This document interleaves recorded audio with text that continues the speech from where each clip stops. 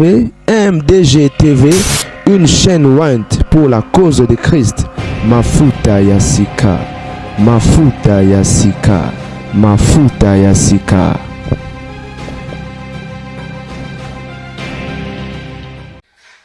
Bote bani bolingo zanga bien regarder les temples quand la cadre actualité de la lutte de la muki bon et indi matière quotidienne.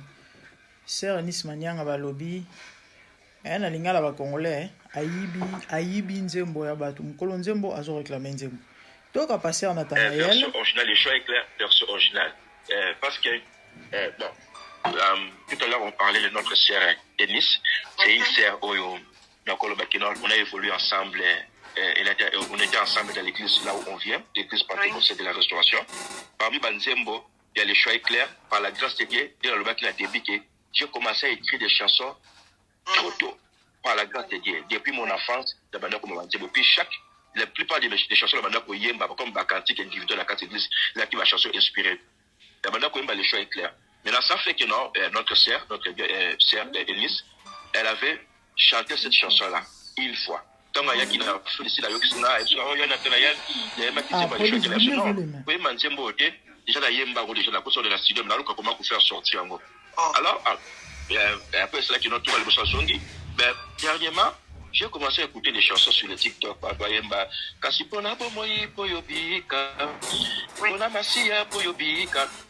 version originale que j'ai chantée, donc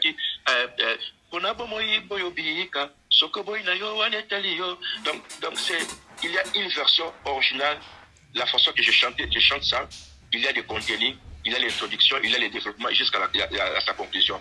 Mais la monarchie, c'est comme si, bon, notre sœur, Mayembi Partouana, bon, j'ai essayé quand même pour contacter quelques membres au Nayebi, bon, j'ai vu que non, c'est comme si, bon, attendez, donc si je comprends la négue au lobby la biso, au lobby que dans l'Afrique du Sud, dans la FCO que non, azoye marron à studio, marron à studio, si je comprends. Non, ayebi so kinga nzembo ana. Dans la pluie, c'est une chanson édifiante, c'est plein non,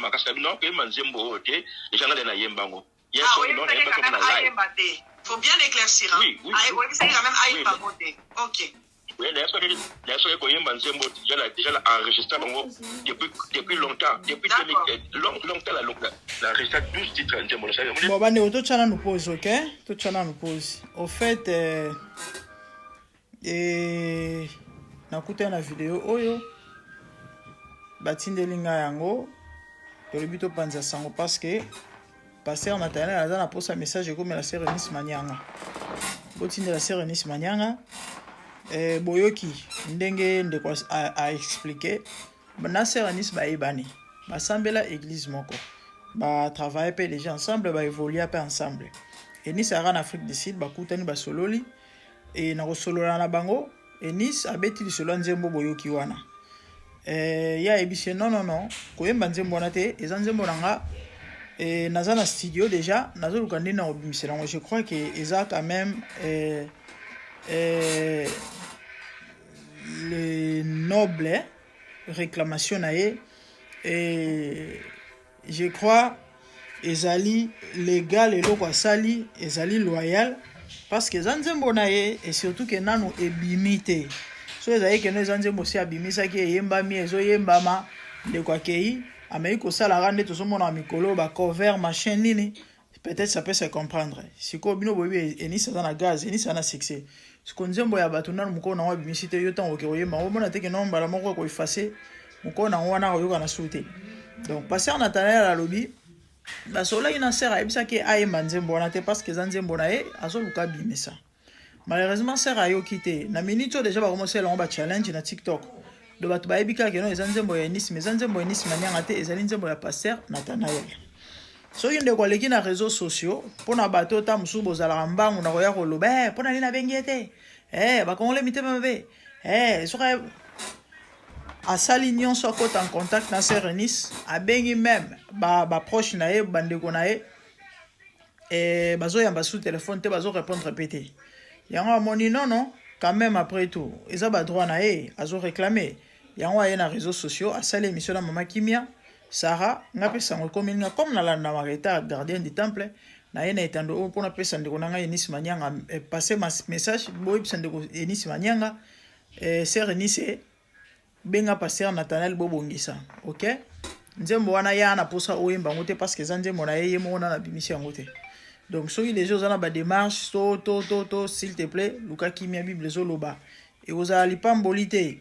Les lots sur le bossel ont peut-être des forces. Oui, que tam que non après toi que non nulle part. Mais ndego ima. Et étant bas na nzambe et ko sepeli nzambe te et vous appelez un avantage na yote. Ouais. Donc moi je crois que vous amala mocha na sendenge bato mangala balobaka. Vous avez nzembo ebele ya kitoko vous avez succès. Nzembo wana te soki olobi ochango à part ndemto bomo carrière to aussi les gaz non. Luka kimia ndenge bible zoloba na moto nyonso bande ko botindela sœur Eunice message et passer Nathanaël azolela na kombo na yo zongisa nzembo na ye. Zongisa nzembo na ye alingi na ye te ko yemba nzembo na ye te ye mo mukolo nzembo na bimisi nzembo te. Na o profiter na loba na bande ko ba congolais est-ce que boyebi ke bande ko bele ba yemba pe ba yemba ba nzembo mais ba onte ba hauteur eza na musique ya mukile eza la nzambe mais tozo na oya biso. Na pia bino témoignage moko. Eza na on normal, eza na on mabete, eza la ranango. Mais sauf que tant on yemba nzembo moto. Bon, bato ba kina koteka banzembo. To ba kina kopesa bato musu banzembo ba yemba, na yebi ba deal o ba on ba sala raté. OK? Na yebi ba deal o ba on ba sala raté. Eza na bande ko bele bondi melanga ba pesa ba chantre minene banzembo. Bande ko na bazana ba anonymat ba yebanité. Moi je crois il faut quand même l'olenge moko ya kosala la makambo ezala même bato ba reyemba banzembo ya bato yo nzembo mo ese bima ese yembama comment nzembo ya frère nani ngai na sali soki cover bobenga rango soki interprétation soki nene au moins mukile mona yeba ke no eza nzembo na yote parce que lelo oyo bato bele ba yebiye ye muto yemba nzembo songolo meza nzembo na yete alela ngopeta msuna na mbongo. Mais mukolo nzembo wana ata un François te a contacté pété a soli sa payete. C'est vrai, tozali ba na nzambe biso nyonso. Pona édification au corps de Christ. Il y a des chansons populaires to yemba bakolo banzembo na to yemba ngote. Na uta Rolanda vidéo moko ya plus ou moins 5 ans passé ya René Loko. Ndo nzembo nkembo alléluia Hosanna ezala nzembo de René Loko. Nana qui pouvait croire. Et peut-être ça parmi banzembo kala auto yemba yemba. Omoni. Oui, pour l'édification du peuple de Dieu, tu es marabandé au mususu biso de to comment mais tant aux œuvres ya moto par exemple surtout au lieu au monétiser yango parce que ndenge ni sazo yembanze mbwana ako monétiser yango ba ko tiango copyright mutu musu ana to obeta na chaîne na ote na epte so bozo comprendre donc comme il y a privé mais pourtant yanze mbona été bon on note que quelque part ils a quand même mauvaise foi la méchanceté donc to lukato batela kimi entre nous. Bato bokena kokaba banzembo boso bokena kokaba po eza na nzembo moni ko komi opesa moto ayemba ezaka rayo mais ba oyo so bokena ko bosala ba deal pour ne pas après ko regretter pour ne pas après ko regretter parce que une fois na landa ndeko na biso Sylvain Akwala azo réclamer nzembo moko frère Patrice Ayemba nzembo ezo ki manga parmi ba chanson bato ba yebi et yebana que non nzembo frère Patrice eza ayete. Qu'est-ce que Sylvain réclamait? Il réclamait pas l'argent. Il réclamait seulement les droits d'auteur. Que frère Patrice, nzembo aneza yete zanga. Donc, atika recommander mon ai aipsa mokili nzembo aneza yanga. Quand même, mais ça logique. Oh, ngana komi nzembo. Na pesio yemba. Tope na yemba nzembo ngai. Ta mususu na bima na on télévision te parce que bande ko belé na ba émission azo gratter guitare, azo yemba. Mutu musu kanda landaka wana, azu yango akeko telango studio.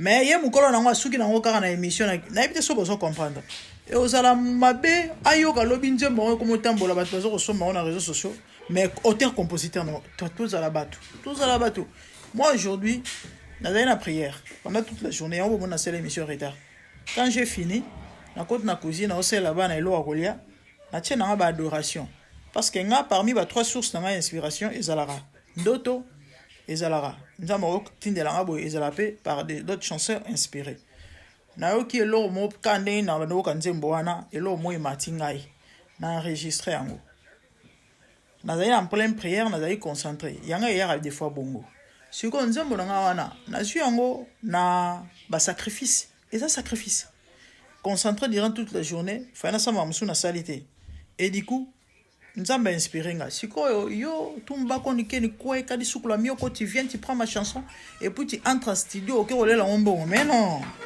na lo batande batata na lo okupa mbo matin. Les amis, chers Anis, balobi ayibi nzembo ya bato. To penzembo ya bato ya passer Nathanaël, mokolo na ngona na bimisi yango te. Aza na studio mais la sœur a lycée a sauté premier. Toujours déplorer biloko oyo. Et bilo hôtel mais na communauté za malamu te. Je disais que Nice ayebani Nice asana kombo. Nzembo wana yo sala e o baxé lo côté olongole lo côté. Aotika le Nice. Alors c'est cause la motema mabe. Ko sala lo ya motindo boy surtout que les frères azo bengaye mais sœur azo lingo yambate. Ba solo la paix déjà ebisa eno ko yemba nzembo wana te ko bimisa ngote mais sœur ayo kité pourquoi mauvaise foi boy. Ezali malamote. Na vidéo ele kina lobaki boy. Oyemba ko koma banzembo. Tant ozo kena ko pesa muto ayeba ni nzembo. Ce que zo kena na les canisaux que là vous en avez besoin baye bateke yo mutu o comment ezayo mais ceux qui aux en aposa que un jour mokile ba ke oyemba to po komaka banzembo to pe mutu pesaki il faut ebosa la contrat ebosa la deal le bénéfice que à reconnaître droit d'auteur et aux ala malamu mingi aux ala pamboli bande kona baneko loba bayembe belé bayemba banzembo o ezali ya bangote. Et ndeko na biso Sylvain encore la réclama des gens nzembo moko o frère Patrice Ayemba nzembo za sonze moninyo eza parmi banzembo penze o yebani o bat bayebi que nous ya frère Patrice mais ya frère Patrice te à l'écran émission on a aussi un bon montant le baki azo réclamer juste droit d'auteur ça fait très mal cause inspiration nzembo ezala facilité. Ah oui, c'est la facilité. On peut avoir les dons, on peut avoir les talents, mais pour nous l'inspirer, et là il y a malin mot bah yo qui coup de cœur et ça la blague était, et ça la concentration, et ça la prière, ça la jeûne, banzembo belé, David a coma la plupart banzembo nae, na ba moment na ya ba détresse, bato belé pose inspiration. Faut en sortir ta prière. Na banzembo belé na komango plus na prière. C'est 100% banzembo nanga 80, 70 à 80 et ça plus dans la concentration dans la prière. 10 nde peut-être zali na olala to na bana oyo kanzembo moko na s'inspirer pe anzela ya nzembo na zoka ezalaka. Le faire existe le faire. Donc bande ko bayembi to za mitema malamu. Kala pasteur nanga moko na église mon assemblée kala plus de 20 ans passé na poto awa apisa biso témoignage a mona bandalunga akenda période moko na Kinshasa tant akei ba invité une église moi akete ya tant akei akena église wana lobi bobino bobika soki modérateur azo modéré non bazo la moté ya mata azaki concentré afukami azo sambela nde ayoki frère moi azo yemba nzembo na kokima pina voix kaka ya Deningonde yemo wa milobe ya bi waouh quelle grâce je suis vraiment honoré parce que ne roté ya frère Deningonde ko yemba ya wana ba Deningonde baba Deningonde abi na tei place Deningonde yembi azo yemba yo sala malam to solo na suka habita na tei na suka lango ya kilta tuli pasteur frère Deningonde kenaye au frère de Ningonde ya tabi mais tant que on te abia te za frère de Ningonde te eza frère wana komba frère ngo kimingai abi mais azo maneti obonde nya abi non frère wana koma banzembo belé yepe mto akupesa frère de Ningonde nzembo abi bon abi ake so frère wana frère ngo betele lisolo na circonstance nini akoma nzembo wana alobi abanova na nanda wa grand frère na et les solos boy to peut témoigner boy na monta monte quand même anova na grand frère na ye sikoyo abanda ko serrer bana ya na yo na makasi bana ana bino ka bana basi so ni ko kola ba mo mona ngone ti Kaka. Alors, du coup, moko et à moi si, avec c'est la frère wana makambuke, alinga veillé. Tant que au fond de papa na bango, papa bango supporter le koana te, abengana frère wana. Abengana e. Frère comme telengano, a kene sobe kola na église, na permanence lo moi bongo. Et c'était dans cette circonstance nde a commencé Mboana. Wana ndenga pesa témoignage, a expliqué pasteur wana. Pasteur li qui n'a pas mbote. Alobi na ye, nazali auteur compositeur ya banzembo belé, ba musicien chrétien ya minene oyebi ba yemba tel que nzembo ya tribunal ya frère Patrice, c'est moi qui ai écrit ça. Et ça témoignage ngana yoka. Frère wana lobi nga mutu na commande nzembo ya tribunal. Na mona pesa en frère Patrice. Bon, na yebi ba tato na tangi makombo surtout frère Patrice. Azabis makasi me mona makasi. Bazara pa ba wanga na yango mema na zolo ba oyo na koko sangote. Donc, ce que je contredire, na ogeluka passer wana. Ogeluka passer lik na oyebisa ya pesa nga ya adresse ya église ya Kinshasa. Na komba passer wana. Na mona okende koluka. Na kotinda makelele, guys, I'm recording. Na kotinda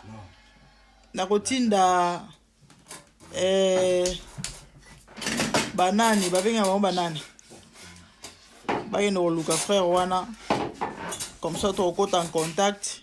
Bref, et ça n'a pas d'importance te désolé au bakaka que au fait c'est ça. Bon, on a eu dit bazali na ngote peut-être c'est bon ka bayimba na bango mais si etam so moni que bon na banité na appel à makoki oyeba na te parce que bato musu baza bongo il y a aussi des ceux-là à comment banzemo mais peut-être oyemba pona ye je sais pas trop.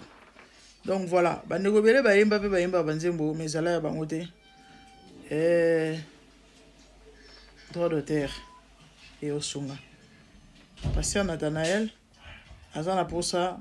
En tout cas, c'est Renis au stopper les alliés malhonnêteté, sympa, gentil. Quand on dit mon état lingité, quand en contact naé, bon bongisa. Pour la moni batu bazo comme un message pourquoi Luki est à bengue tazo yambate. Boza bananza mais boza ba chrétien botu au fin ça batu. Hein? Arrêtez avec ça. Je vis le Seigneur assis sur un trône très élevé, et les pans de sa robe remplissent les temples. Les séraphins s'étaient au-dessus de lui et criaient l'un à l'autre, disaient Saint, Saint, Saint est l'Éternel des armées. Toute la terre est pleine de sa gloire. Dans les cieux des cieux, là où vivent les rois, il y a des créatures qui l'adorent et les louent. Dans les lieux célestes, là où règne mon roi, il y a des anges qui chantent jour et nuit en sa gloire. Les 24 vieillards et les 4 êtres vivants, ensemble avec les anges, chantent ensemble en air. Ils ont réussi l'homme d'adorer les rois, car il est l'unique, le seul vrai Dieu. Seigneur, reçois favorablement les paroles de ma bouche, car les portes furent ébranlées dans leur fondement par la voix qui retentissait, et la maison s'était remplie de fumée. Glorifie-toi.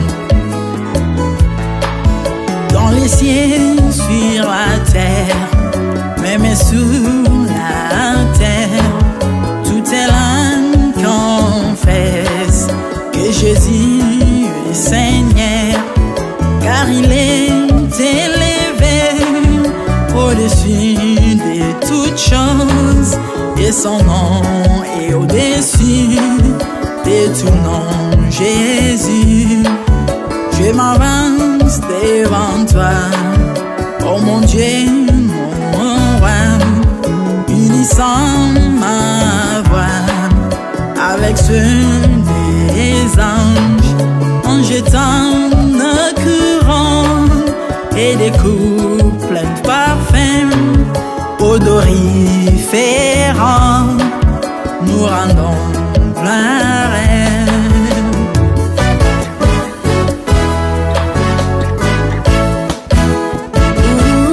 Gloire à Jésus, notre roi. Gloire à notre Seigneur.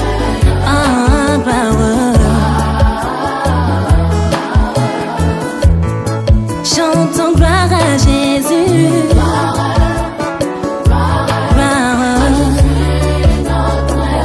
Notre Seigneur. Gloire plus haut des cieux.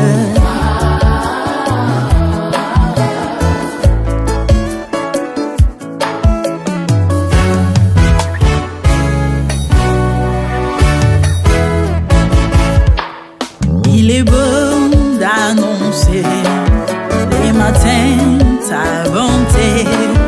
Voici mon sacrifice, la louange de ma bouche, les fruits de mes lèvres qui confessent ton nom en poussant des cris, car tes œuvres sont grandes.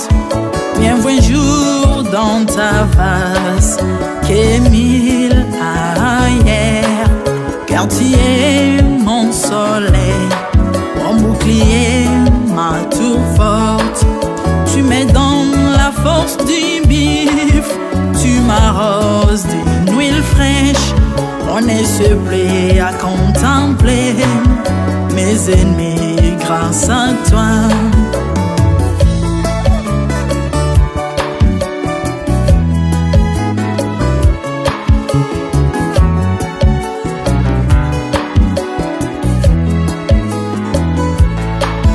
Je prospère dans tes parvis, je porte des fruits, même dans ma vieillesse, plein de sève verdoyant, comme le palmier les justes croissent, et s'élèvent comme les cèdres du Liban planté dans les jardins de Dieu. Dieu des vengeances s'élève pour venger mes ennemis. Il mettra la fin à la malice de leurs œuvres, car il est le tout-puissant, l'éternel des armées, El Shaddai Adonai, El Elyon Sabaoth.